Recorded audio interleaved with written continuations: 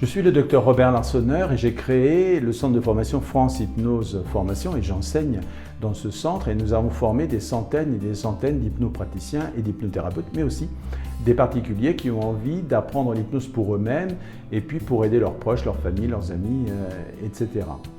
Je voudrais vous parler des démonstrations. Alors pourquoi? Parce que les démonstrations, c'est au cœur en fait de la formation en hypnose. Il ne peut pas y avoir de bonne formation en hypnose sans de belles démonstrations. Pour qu'une démonstration soit une belle démonstration, il faut deux caractéristiques. Première caractéristique, il faut que la démonstration soit pédagogique. Et oui, si la démonstration n'est pas pédagogique, si vous n'êtes pas capable de voir ce qui a été fait et comment le reproduire, à ce moment-là, ça ressemble à un spectacle, c'est sympa. Du coup, moi, je vous invite tout simplement à aller passer une soirée dans un théâtre pour voir des spectacles d'hypnose. Ça sera plus intéressant pour vous. Un centre de formation, ça forme en hypnose, ça fait pas du spectacle, même si c'est parfois spectaculaire. La deuxième caractéristique, c'est qu'une démonstration doit être complète, de A à Z. Et oui, quand on pratique l'hypnose, soit pour soi-même, ou pour des amis de la famille, mais aussi dans les cabinets, on ne fait pas des petits morceaux de séances, on fait des séances complètes.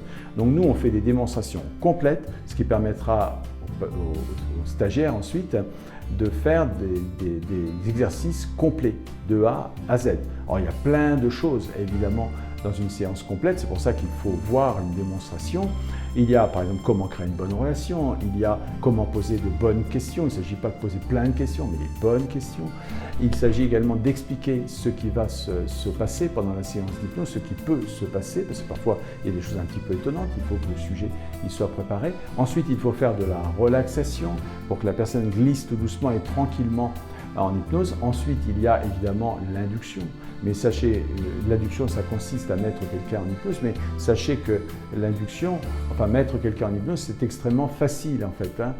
Il n'y a pas besoin de passer des jours et des jours pour apprendre à mettre quelqu'un en hypnose. Non, ce qui va être important dans une séance d'hypnose, c'est ce qui va venir juste après l'induction, c'est-à-dire la phase de travail. Et oui, la phase de travail, c'est capital parce que c'est là que l'on va modifier les agencements psychologiques néfastes.